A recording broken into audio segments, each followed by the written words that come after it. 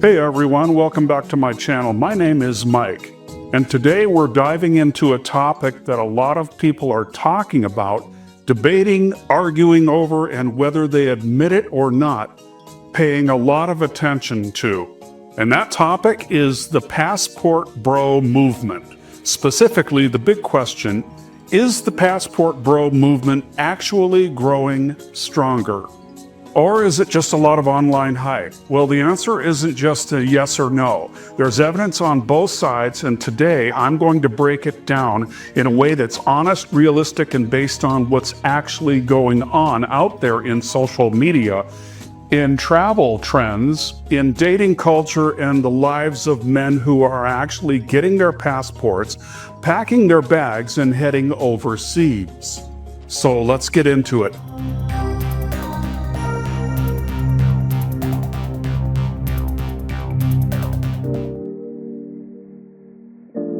First, let's talk visibility. Whether you love the movement or hate it, you can't deny one thing. It is everywhere. The hashtag #PassportBros has blown up, especially on TikTok, pulling in hundreds of millions of views. You've got YouTube channels that are dedicated to it, Reddit communities that are forming around it, guys sharing their stories, guys debating each other, guys arguing about what the movement even is. And that kind of visibility doesn't happen unless a trend is picking up real momentum. There are Reddit posts showing that some passport bro communities are gaining hundreds of new members a day. And on the official Passport Bros pages, they're bragging about tens of thousands of community members and growing. The truth is, more men are curious, more men are talking, and more men are exploring the idea that love, relationships, or even just respect might exist somewhere outside the borders of their home country, countries like the US. But social media hype isn't just the whole story. The real drivers behind this trend go way deeper. One of the biggest changes helping the passport bro movement grow is remote work. More men than ever before can work from a laptop in Thailand, the Philippines, Mexico, Vietnam, Colombia, wherever they want. For a lot of guys, the idea of improving their dating life and lowering their cost of living at the same time is incredibly appealing. And now it's suddenly possible in a way that it wasn't 10 or 20 years ago. Then you've got lifestyle philosophy. And this part is rarely talked about in the mainstream media. For many passport bros, it's not just about dating.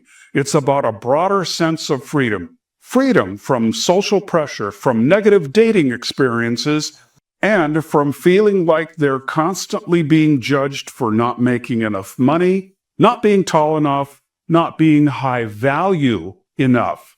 Overseas in many countries, the dating dynamic is just different.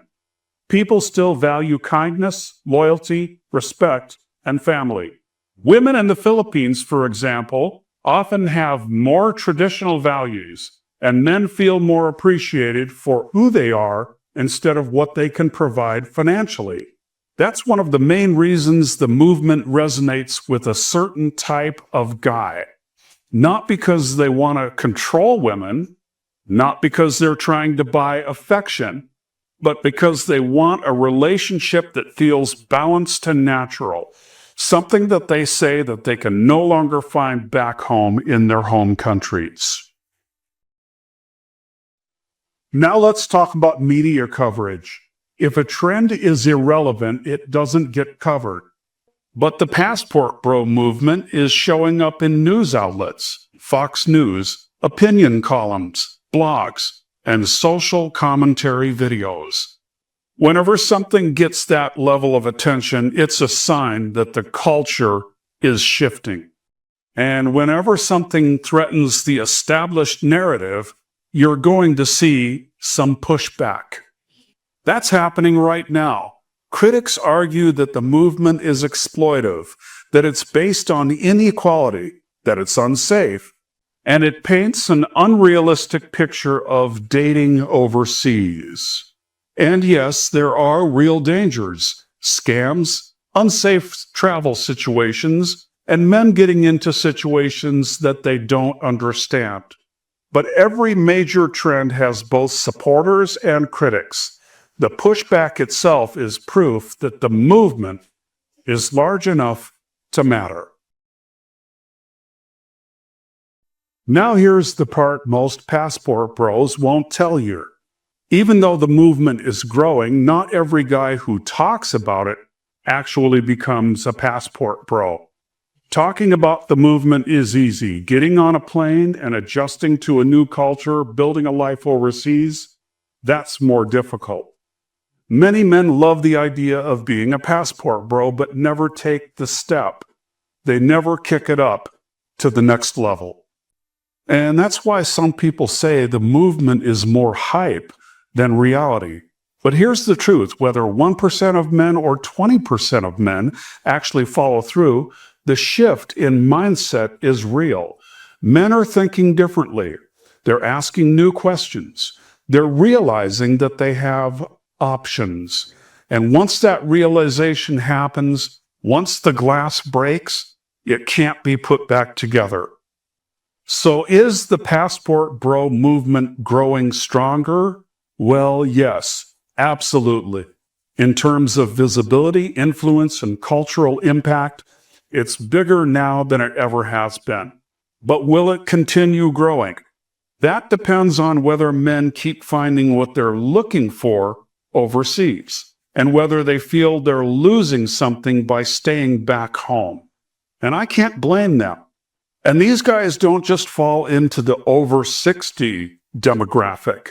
I've become friends with a couple of guys who are under the age of 40 who live here and work remotely.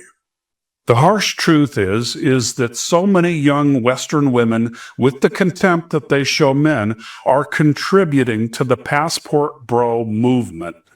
Men can't approach them anymore. Men don't earn enough money. I've seen TikTok videos of American women telling passport bros blatantly to go ahead and leave the US. And on social media, men have had enough. They've become fed up with the one-sided male-bashing narrative. Men are clapping back with their own YouTube channels, expressing that we have rights too, and calling out those Me Too feminist sisters. And it's not just men who are pushing back in this culture war that's been going on in Western countries for years. Check out this next video. What is a passport bro? A passport bro is a man who is done with entitled, ungrateful, high mileage women in the West demanding provider status while offering nothing but an attitude and an OnlyFans link. Done with 50% divorce rates, false accusations, alimony, traps, and child support jails. Done with feminism lies. You're toxic if you want a feminine, loyal, fit, debt-free, low body count. So he grabs his passport, flies to Colombia, Thailand, Philippines, Ukraine, Brazil, anywhere but the US. Places where women still value men. Cook, stay slim, don't weaponize sex, and see marriage as a partnership, not a paycheck. Stats don't lie, my friends. US women initiate 70 to 80% of divorces. 60+% of Western women, 18 to 30, are obese or overweight. The average Western woman, 7+ sexual partners by the age 25, and that's backed by the CDC. 43% of US men under 30 are celibate, rejected, or priced out. Foreign wives, lower divorce rates, higher happiness, traditional values, actual gratitude. Passport bros aren't running, they are upgrading. So I'm with you guys. Smarter, not weaker. West failed the men, so men left. Can't blame them. Well, if you like that video, this next one is even better. Let me get this straight. You have been telling men for years that you don't want them, that you don't need them, that they don't meet your standards, that they don't treat you right, that you can pay for your own hair, you can pay for your own nails, you can afford your own home, you can afford your own car. Men are good for nothing. You're strong, you're independent. But then you get mad when these men go to another country to actually find a woman that has the qualities that they are looking for in a wife. make it make sense. I also want to talk about why this mindset that so many Western women have is actually extremely problematic. Because not only are you putting down the men who are going overseas with pure intentions, you're also putting down the women from these other countries solely off of the fact that they were not brought up in a Western culture. Because you're calling them uneducated, you're calling them poor, you're calling them weak, you're calling them vulnerable. You're creating a superiority complex where you are at the top and women from all these other countries are at the bottom. Now let me tell you something. If you were really superior, the men would not be leaving and you would not be single. Superiority complex. Yes, they think they're superior to women from other countries and to all men.